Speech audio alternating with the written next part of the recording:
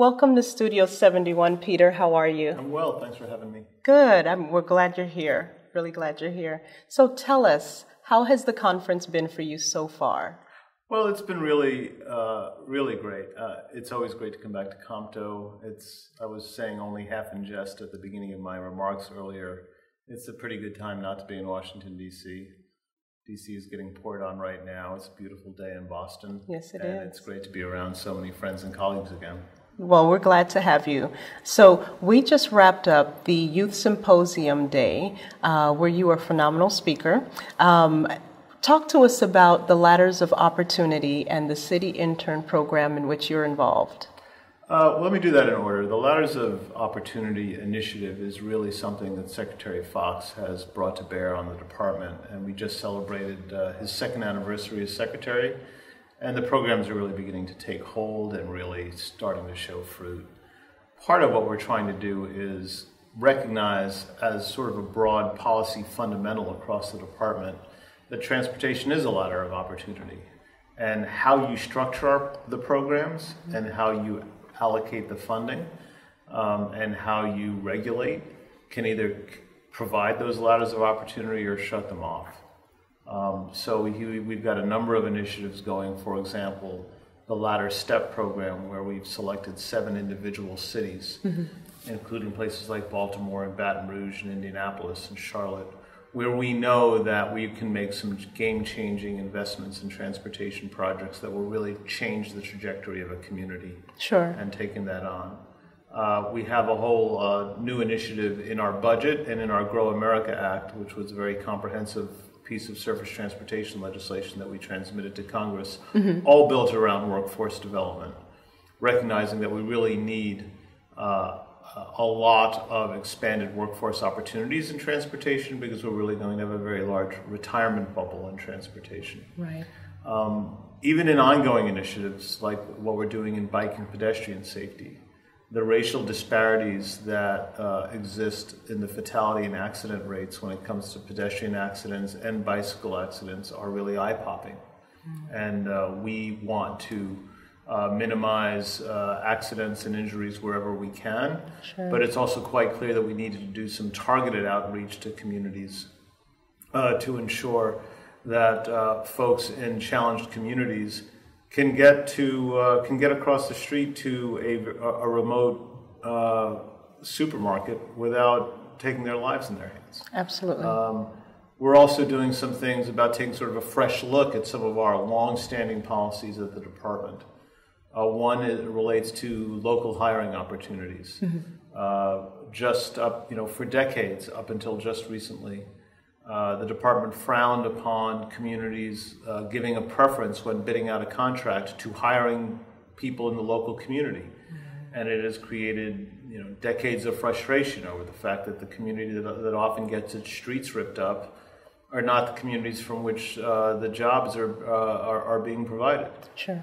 So the opportunity to actually have it be permissible under our law and regulations to give jobs to local folks is a new approach. And even in something as technical as air traffic control modernization, how when we redesign the airspace and redirect aircraft in more narrow landing patterns, well, who's living under those landing patterns? Right. And are we actually putting a greater noise burden on certain communities, and is that avoidable? Those are the kinds of things we're doing through our Ladders initiative. So those are great initiatives, and I understand that you are an avid supporter and promoter of the Compto City Internship Program. Tell us about your involvement, where you see the program going. I know it's really taken off in the last few years. Speak to us about that. Well, in the first term of the Obama administration, I served as the Federal Transit Administrator. And one of the first people I got to work with was Julie Cunningham. I had, of course, worked with Julie in the past. But Julie was really trying to run the program somewhat on a shoestring. And it is something that we were in great need of as an industry, but also, frankly, it was a great opportunity for us as an agency, the Federal Transit Administration, to bring in young people to sort of show them the ropes, either at a transit agency or even in our headquarters in Washington, D.C., or one of our 10 regional offices around the country. And we had a very successful sort of first year of it when I was transit administrator. And then Julie had to come back and ask for another round of funding, and I didn't understand why something so successful needed to be, rediscussed each year. So what we did was kind of established a line item in our budget that would recur to make sure that the city intern program would happen every year, and it wasn't something that they had to wonder whether we would be able to pull it off, the following year. Right. Having done that, it's allowed us to recruit kids sooner. It's allowed us to have agencies like transit agencies that have hosted city interns like MARTA in Atlanta or SEPTA in Philadelphia to know that same opportunity will recur the following year. And I think it's allowed us to grow the number of interns and really have it become a much more predictable and therefore much more fruitful initiative for not just the kids, but really for the Federal Transit Administration and the department. So on behalf of COMTO, I'd love to say thank you so much for all your support. What advice would you give to other organizations on how they can get involved with COMTO City Interns, with CLI, with the different youth initiatives that we have? Personally, I'm very interested in youth initiatives as a part of the COMTO City Intern National Staff.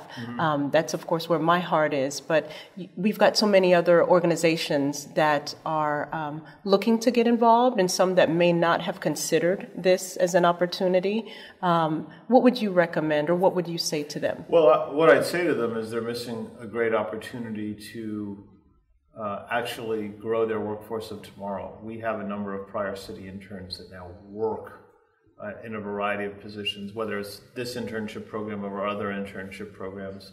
One of our rock star planners in the Federal Transit Administration started as an intern out of DC public schools years and years ago, and went through college and went through planning school, all while serving either as an intern or later as an employee at the FTA. Okay. So this is really, people should really view it as a potential recruitment pipeline, not just the right thing to do to provide opportunities for young people, but in their self-interest to really get diverse, smart, eager young professionals that are not only skilled, having gained the skills that they gained through the internship program, but also know the ways of their agency. That's one of the reasons why we've loved bringing some of the interns into the FTA, is because they already know how the FTA rolls. Absolutely.